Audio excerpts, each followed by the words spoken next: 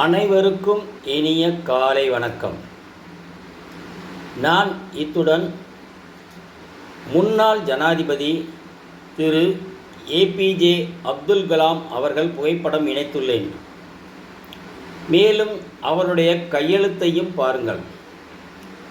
உயர்ந்த நிலையில் இருப்பவர்கள் இயற்கையிலேயே அவர்களுக்கு எப்படி கையெழுத்து இப்படி அமைகிறது என்பது அவர்களுடைய மனதில் எண்ணத்தில் உதித்ததுதான்.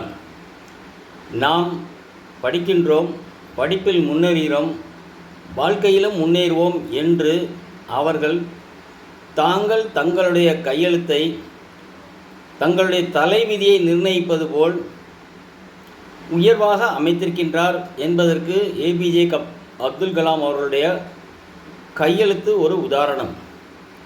உயர் பதவியில் இருப்பவர்கள்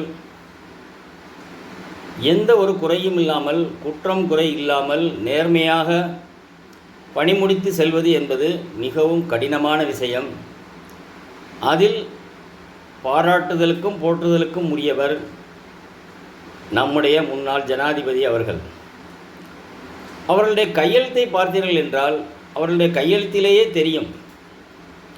ஆனாலும் அவர் கையெழுத்தில் ஒரு சிறு இடைவெளி விட்டு இருக்கும், ஹடில்ஸ் மாதிரி தடங்கள் இருப்பது போல் இருக்கும். ஒருவேளை அவர் திருமணம் செய்யாததற்கு இதுவும் கூட ஒரு காரணமாக இருந்திருக்கலாம்.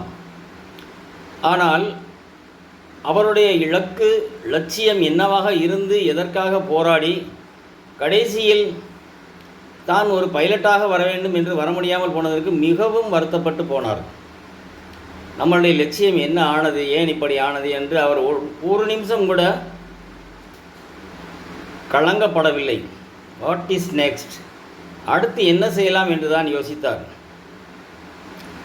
தற்செயலாக அவர் ஒரு விசேஷ அழைப்பின் பேரில் சென்ற ஒரு இடத்தில் இமயமலை அடிவாரத்தில் உள்ள ரிஷிகேசத்திற்கு சென்றிருக்கிறார். அங்கு தமிழ்நாட்டில் ஒரு டாக்டராக பிறந்தவர், பின்னாளில் பெரிய மகானாக மாறியவர் மகான் சிவானந்தர். அவர் பின்னாளில் பவர் ஆஃப் தாட்ஸ் என்று நோய்க்கு மருத்துவம் கண்டுபிடிப்பதை விட மனிதனோட மனதுக்கு என்ன மருந்து என்பதை கண்டுபிடித்து உலகளவில் அவருடைய புஸ்தகங்கள் இன்றளவும் ஆன்மீக நேயர்களுக்கு வழிகாட்டியாக இருந்து கொண்டுதான் இருக்கிறது. அவரிடம் தற்செயலாக சென்றிருக்கிறார். அவரும் ஒன்றும் சொல்லவில்லை, இவரும் ஒன்றும் சொல்லவில்லை. அவர் முகத்தை பார்த்து புன்னகைத்தபடி கேட்டிருக்கிறார். அவர் ஒன்றும் சொல்லவில்லை. நீ எதை எதிர்பார்த்தாயோ அது கிடைக்கவில்லை என்று வருத்தப்படாதே, இதை விட உனக்கு பெரிய ஒரு பொறுப்பு இருப்பது என்பதை உணர்ந்து நீ செயல்படு என்று ஒரு தாரக மந்திரம் போல் ஒரு வார்த்தையை சொல்லியிருக்கிறார்.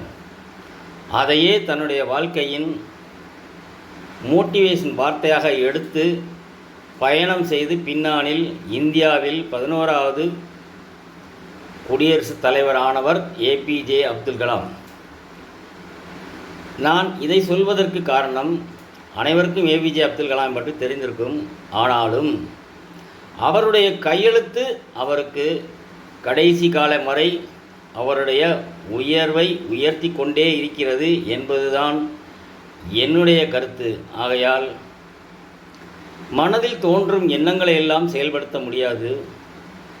அதில் நல்லது கெட்டதை பகுத்து, நல்ல எண்ணங்களை வகுத்து அதன் மூலம் நம்ம சிந்திக்க தொடங்கினால் நம்முடைய மூளைக்கு செல்லும் அனைத்து செயல்களும் பாசிட்டிவான வார்த்தைகளாகவும் செயல்களாகவும் வந்து முடிவில் வெற்றிகரமாக அமையும் என்பதற்காகத்தான் நான் இதை சொல்கிறேன்.